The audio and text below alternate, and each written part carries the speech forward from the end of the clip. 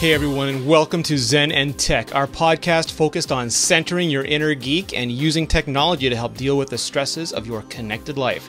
I'm Rene, and your host for the show is Georgia. Before we begin, I just want to remind you that while Georgia is a therapist, she's not your therapist. Everything said or implied in this episode is for informational and entertainment purposes only, and shouldn't be taken in any way as a replacement for personal, professional care. Georgia, how are you? I am good. How are you doing? I am doing very well, thank you. Should I warn everyone that you have a change of pace in store for us today? That you have a mini-series, a subset, a collected work or volume in store? That we do. We are going to be handling with some issues that I think it's really important, something that I do spend a lot of work on, and that you can help not start other problems and start issues that you may not have to deal with later. Is this literally that ounce of prevention? It's such an important subject. Yes, it is. And what is the subject? Are we teasing people enough? What are we talking about? It's all going to be about parenting. So what we're going to do is every second week we're going to do a show on parenting as well, so that it's one of the most important jobs that we get to do is be a parent and raise another person. But we go to school for learning how to drive. We can't even drive until a certain age, but you can be a parent at any age as long as you can be a parent. You need a license to fish. You need we learn how to, drive a bike and learn a new language and math and everything else, yet we don't deal with the most important job that we have, and that is parenting. So if I can help other people parent a little bit better, and again, I don't have all the answers, but I have some things that seem to work, and you could give it a shot and try it out. It makes everyone's life easier. So what do we, it's a huge topic. It's an incredibly broad topic. How are we going to start it off? I think that one of the most important things is being how to discipline your children properly, give them a consistent set of rules and boundaries. So that's what we're going to deal with today. Okay, so why is it so important? Well, if you have a stable set of the manner in which to discipline your child, you're going to end up with children that will be able to follow the rules of the home, and everyone's going to be more happy. And I think that it's one of the things that we end up disciplining our children the same way that our parents disciplined us, which is often out of anger. It's often without a concrete plan, concrete rules, and concrete understanding of how the discipline is going to be carried out. So you end up being really angry, upset, frustrated, both of you, the children and the parents. Well, there is something to be said for the traditional values of let it go, let it go, let it go, let it go, explode! Right, which everyone will do at a time. Parenting is the hardest job that you can do, and you leave your job and you get to go home and decompress, but your kids are there. And they know all of your buttons, and they know how to push them, and they will choose to do all those fabulous things that children do. Nice. So, is this because children thrive under consistency? Unpredictability sounds like it's not a good match with kids, but it seems like parenting is often done that way, almost like the seat of your pants, reactionary, not strategic or planned. If you end up giving children something that they understand and they feel comfortable in, you're going to lower stress and aggression from both you and your children. We talk a lot about the effects on the child themselves, which is strong, but the parents also, not knowing how to discipline, they end up going to the levels of anger because the child will not listen to the rules when you say them the first time or the second time, the third time. Well, if they don't know what your levels are and that this is a strict, no means no. If you give, that 3 rule, I'm going to say something 3 times and then you're going to get in trouble. Well, of course, children are going to choose, well, I can do it once and I can do it twice. By the 3rd, they'll listen, but they know that you've given them that much rope. You're teaching them something. You want to make sure you teach them the right, you're teaching them how to respond to you. You want to make sure you teach them the right way to respond to you. And you want to teach yourself the right way in order to deal with conflict, which will then teach your child how to deal with conflict. And I'll give my own example, is that, when I would yell at my child, and if I say had a really hard week and I wasn't doing a job and I spent the time yelling at my child, well, then what am I going to see my child doing to his sibling? Doing the exact same thing. His way of handling conflict is to yell. If you end up hitting your child, spanking, whatever it might be, how do they learn to deal with conflict? By acting violently. And it also teaches them again, and that, again, someone bigger can discipline someone using force, someone else that's smaller. And it's not saying that you should, if you ever hit your child, you're a horrible person. And there's, again, we all can lose our temper and we can all go through things, but we want to do better. That's all. Just do better. So can we break it to what is discipline and what is what's the flip side of it? There's discipline and reaction, cause and effect. How do you phrase this? Well, there's just reacting, which is not great. And then there's having concrete rules that you're going to follow in the house yourself. And there's a whole bunch of rules so that you can discipline in a way that everyone is comfortable with. And it sounds almost like it's good for the parent, because if you don't have any plan or idea or strategy, everything becomes a stress indicator. Like, you don't know what to do. You got to figure out something. But if you have boundaries and you have consequences, then it seems just much easier to implement those things. Right. Well, let's go through like some of the basic rules that I have that are really helpful in helping parents be more consistent, better disciplinarians. So the first thing is that you should, whenever you're changing a behavior in a child, so say that your child screams or yells or bites or punches or doesn't listen or talks back, start with 1 or 2 changes in behavior, rules that you are going to implement. If you start off by implementing 10 rules in the house, it's too much. You're going to be stressed. They're going to be stressed. And it's like any law. If you cannot enforce it, don't put it out there in the first place. It has to be enforceable in whichever way that might be. Don't fight fights you can't win. Exactly. Okay, 1 rule. If you say something, you must follow through with it. Period. If you make a rule, you must follow through with it. So I'm going to give you a crazy one. So my husband said, what did he say? To my child, you know what, if you don't behave properly at swimming, when we get home, you're going to go straight to bed. Now, that seems okay. It's a little bit overdone. But it was 4 o'clock in the afternoon. Now, I looked over and I'm like, really? Like, way overdone. And he looked over like, yeah, you're right. Like, it came out faster than I could. Because again, we didn't already have a rule for this beforehand. So out of anger and frustration, this rule came out. But now that it was said, had to be enforced. And of course, he didn't act well. And so, yes, he did go to bed at 5 o'clock. Because otherwise you're teaching them not that what you say doesn't matter, right? Or isn't enforceable. Exactly. You're going to lose your own sense of respect. Now, that doesn't mean that if you say something totally wild and away, you can try to find a way around that, like, find a way that they can buy back time or change it. But really, if you say something, you want to follow through with it. Now, is this part of... Try not to say something that you don't mean. That's the worst thing ever.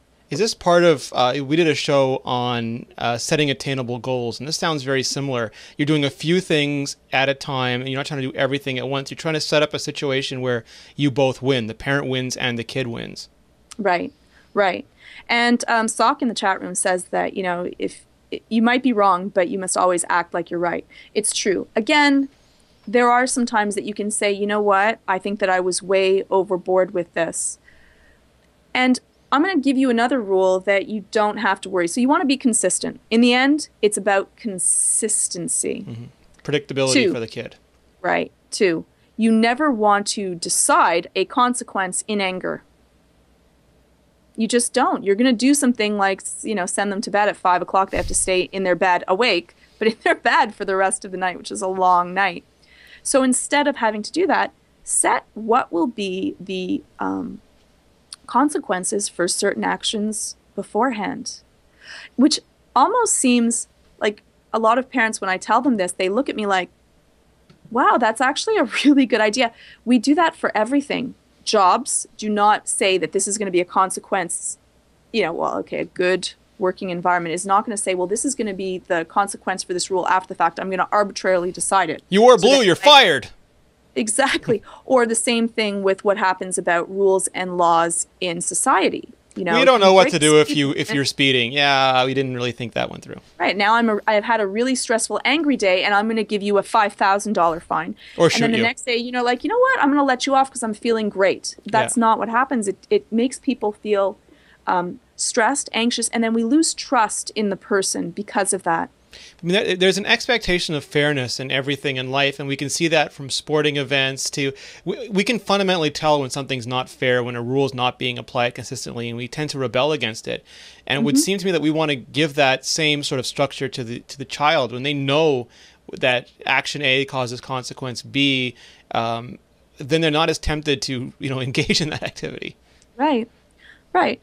And you should do this with your child so that they know what the consequences to their action will be. And then the fabulous part about that is that it takes away the guilt from the parent.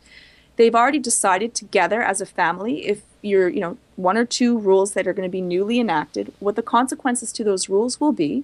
They should be something that you can do at close to the time in which the rule was broken, by the way. And I'll talk about that in a second. And then everyone's okay. You know that, and you can even say it like, listen, you talked back to me. Mm-hmm. So because of that, you have to, wash that table, whatever it might be. I wish that you hadn't done that. It's not me. That's the rule. Yeah. It takes away the guilt from the parent. And then it also gives responsibility to the child because you say, you know what? I wish you hadn't done that, but you do the rule. And then there's no anger. There's not being upset. They paid it is what it is. They did. And then they actually feel good about themselves. They're like, you know what? I learned responsibility. I did something wrong. I made it right. And I dealt with the consequences of what I had to, like a responsible individual, which is what you want to raise in your child. Yeah. No, and I think that's also really important because it allows you to make these decisions not, like you said, not in anger, not in frustration, not out of, stress because you don't know what to say, so you blurt out something. Everything is there. Yeah. You just have to enact it. And then you get rid of it right away. Like it happens the first time. Again, sometimes you're too tired, you're too worried, you're too upset. You do it the second time, you're letting them go because you're exhausted. You're not going to be thinking properly, and you're going to let a negative behavior happen more than once, which you don't want to do. You want to nip it in the bud as quickly as possible. The thing that I said before as well is you want to be able to enact the whatever the consequence to breaking a rule might be. People don't like the word punishment. It seems to have a bad connotation to it. You can call it whatever you want. I think that it's a consequence. As with life, if you come in late to work, there's going to be a consequence. There's nothing wrong with having consequences for your child. It's actually exceptionally good. Parents in homes that have no consequences, it is just as bad as having an overly strict parent that doesn't let them do anything. And your children will actually be upset at you later. Trust me, I see the after effects of that, of parents, adults that come to me and saying, you know what, I never understood consequences and now I can't pay my bills, I go into work late, I do horrible things because I don't understand that. And they're very frustrated and very angry. So you've denied them an important skill for survival in this universe. Yes, it's dishonest. You're teaching your children the way of the world. That's your only job. Your only job as a parent is to try to raise healthy, happy children that can survive in our society. Yeah. So you need to teach them the rules of our society. Now, what about the argument that it's a lot of work, that, if they're just kids, let them go. You shouldn't have to worry about doing that stuff. It's easier if you just let them do what they want. Yeah, it is actually easier in the short term. But you're going to end up with children. Again, think about a 3-year-old that has fits and never learns to stop. And then now let's amplify that to a 16-year-old dealing with hormones. And they're going to still have fits. It's not good in the long run. You're doing a disservice to yourself and you're doing a disservice to your child, more importantly. So, again, it is a little bit more work now. But they don't need a friend. Your children will have many friends in their life. They need one thing. A parent. As a parent, your only job is to make sure that your children learn the ways of their society and that they won't crack under the pressures of society. And so, learning that they can fail and get back up. My favorite line is that Batman line. I use it all the time. And it is, why do we fall down? It's so that you can learn to get back up. And we need to teach them that. So having them struggle at something, it's great. It's actually good. The struggle is part of the growth. And it's better you teach it to them than the world out there who will have a lot less consideration for their health and well-being. Exactly. You're doing them a wonderful thing for them to learn to be responsible, to be that they can contribute. The next thing would be that you want to give a consequence that can be given back as soon as possible to when they did the negative behavior. You don't want something that's going to be, 5 weeks away. It's too far away. Yeah. And it's like I always use the smoking argument. So what happens is that why do people, like if everyone, when they took a puff of a cigarette, froze for 7 seconds, no one would ever smoke. There'd be zero smokers because they're paying the consequence immediately. Every puff, you freeze for 7 seconds, there'd be zero smokers.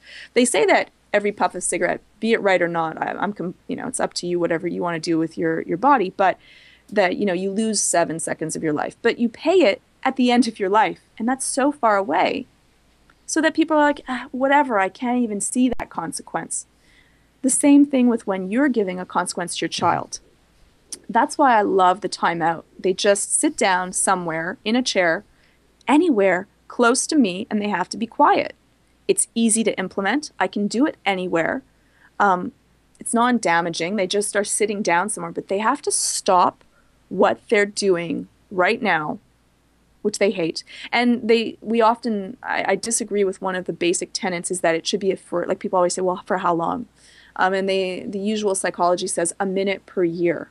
No, 3 minutes for a 3-year-old is way too long. I make them sit down for maybe 5-10 seconds. As long as they're quiet, they've thought about it, they've apologized for whatever they think they did, or at least acknowledged what they did wrong.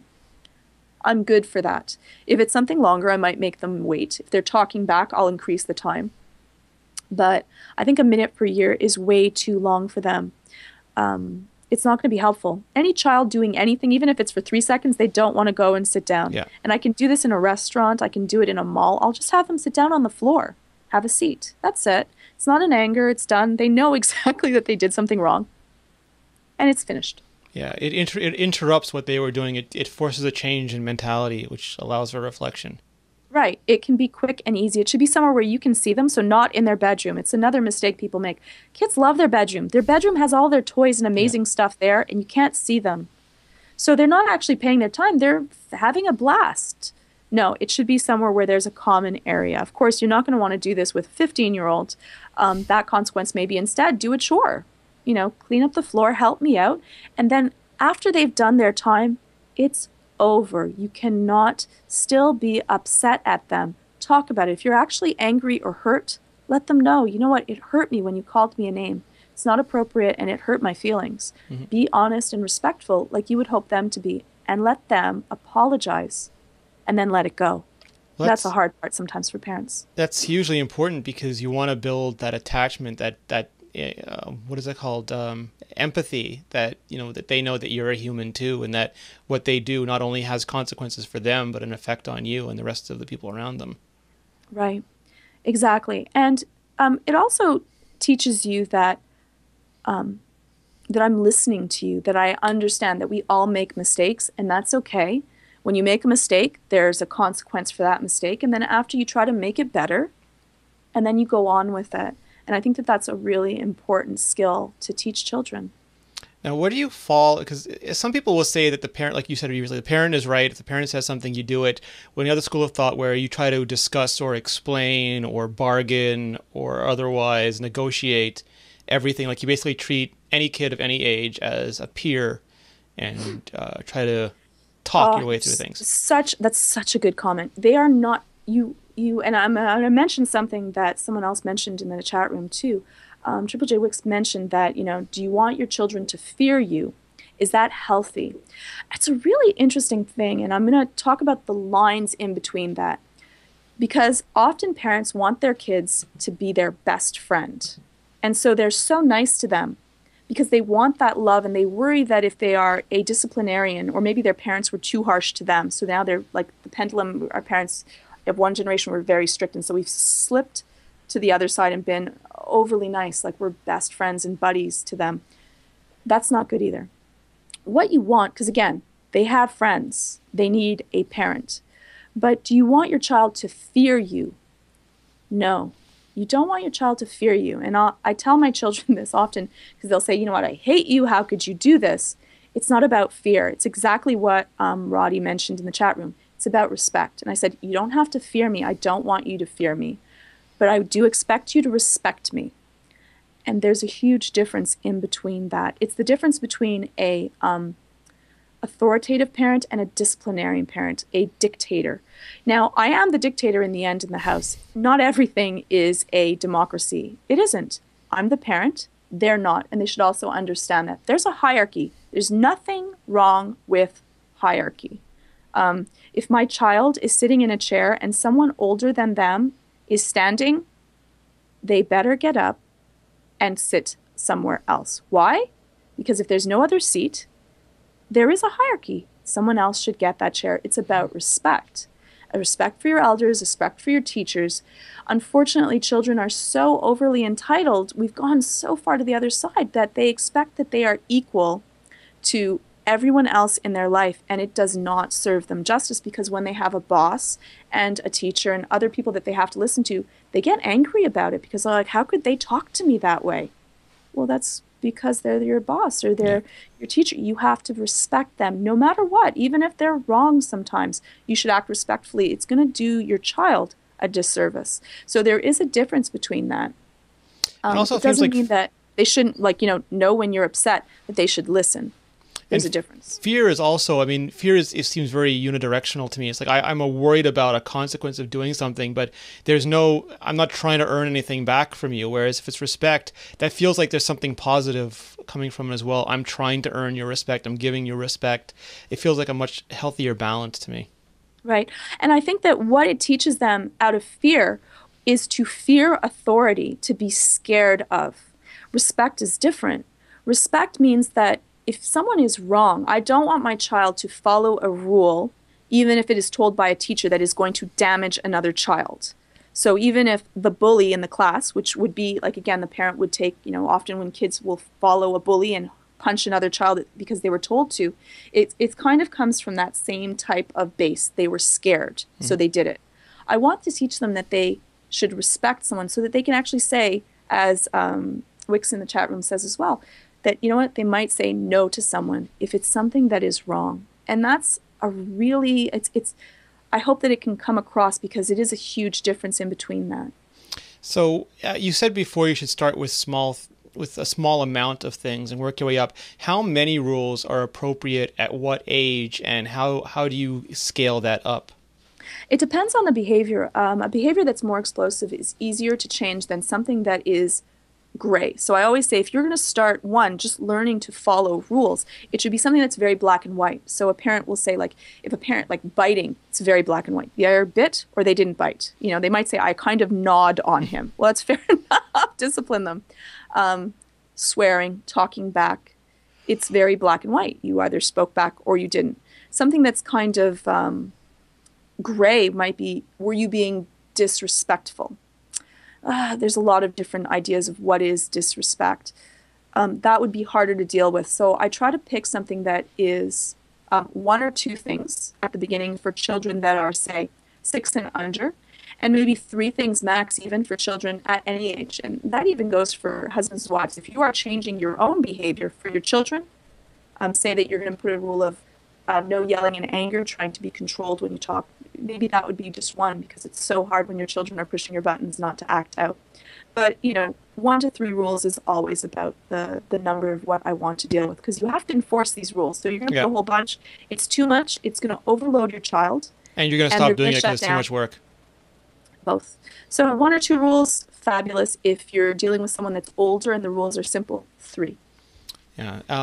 And I found that kids are really smart about detecting commitment from parents. If you have one parent, if you're doing these, and if they're supposed to be respectful and they sense that you're weak about that, they'll just start being disrespectful. They'll take whatever space you give them really quickly. So it sounds like the consistency, you've got, even if it's one rule, you've got to make sure that you and whatever spouse or other people are in on this are being absolute brick walls about it until the kid knows that it's not permeable.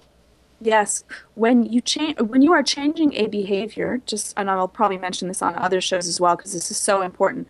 When you are going to be changing a behavior, it usually does get worse first before it changes. They're going to escalate it in hopes that you will break. Mm-hmm. They're betting. Children bet. They're gamblers by nature. So if they're doing it, and they'll test it out. They'll test out the water, and maybe give their brother, and they'll look at you and give their brother a light tap. Maybe hitting is one of the rules you're not allowed to. You have to be sure of where you draw that line and then always draw that line as close to it as possible. The more consistent you are, the more straight the line of no is, the faster that they will be able to follow the rules and they will love you for it. Mm-hmm. Maybe not at first. They'll be angry and they'll say, I hate you. But again, in the end, they'll love you for it. And it's really something that it's an investment. You're investing today for the results of the future. You can choose to not do anything now and have a peaceful, you can choose to abdicate your responsibility now for short-term benefit, but you will absolutely pay that consequence later. Yeah, I'm going to mention something because Soccerwell had mentions that it's like the velociraptors in Jurassic Park. They're constantly looking for gaps in the electric fence. You know what I have to say now, right? Go for it. Clever girl. Clever sock. All right, Georgia. So is that the homework? Set 1 to 3 easy well, not easy rules, but 1 to 3 easily enforceable rules. And try to do them, again, let them know and follow them 100% consistently. And let me know, did it work, so that you feel more relaxed, your children feel more relaxed. And if you mess up, don't give up. Just pick yourself up and do it again.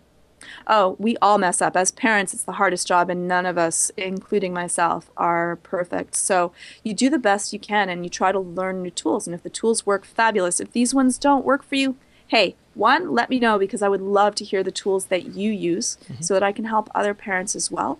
And maybe we'll bring them up on another show. And it might just be that, some people might just say it doesn't work, but there might be easy ways for you to just alter certain things to make it work. So do tell us, and we can. If you don't tell us, we can't work with you on it.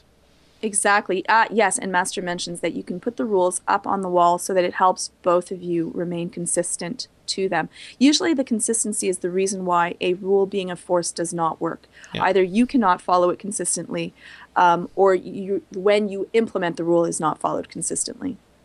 Yeah. No, absolutely. All right, Georgia, where can we find out more about you? You can find me on the website, www.zenandtech.tv, and of course on Twitter @GeorgiaTIPB. And I have heard that you are starting to do talks and conferences and symposiums. Is that something you're available for everyone, or are you just doing that by appointment now, or how's that working? I love to. So if you want to have us come by, do a talk on this and or more, send us a shout out and we can talk about how we can make that happen. All right, awesome. And you can find me at Rene Ritchie on the Twitter. You can find me at zenandtech.tv. And you can find all of our shows on mobilenations.com/shows. If you have a comment, you can leave it on the post when the show goes live on the blog. Or you can also email us at podcast@zenandtech.tv or tweet us at zenandtech. Georgia, that was an awesome show, and I'm really looking forward to the series. There's very few things as important as the future, and I'm glad we're addressing this. Yes, it's something that I do a lot of and I'm very passionate about. So thanks, and please keep on sending your stories. Awesome. All right, everybody, have a good night, and thank you so much to the chat room. You make the show for us each and every week. Thanks, everyone. Thanks.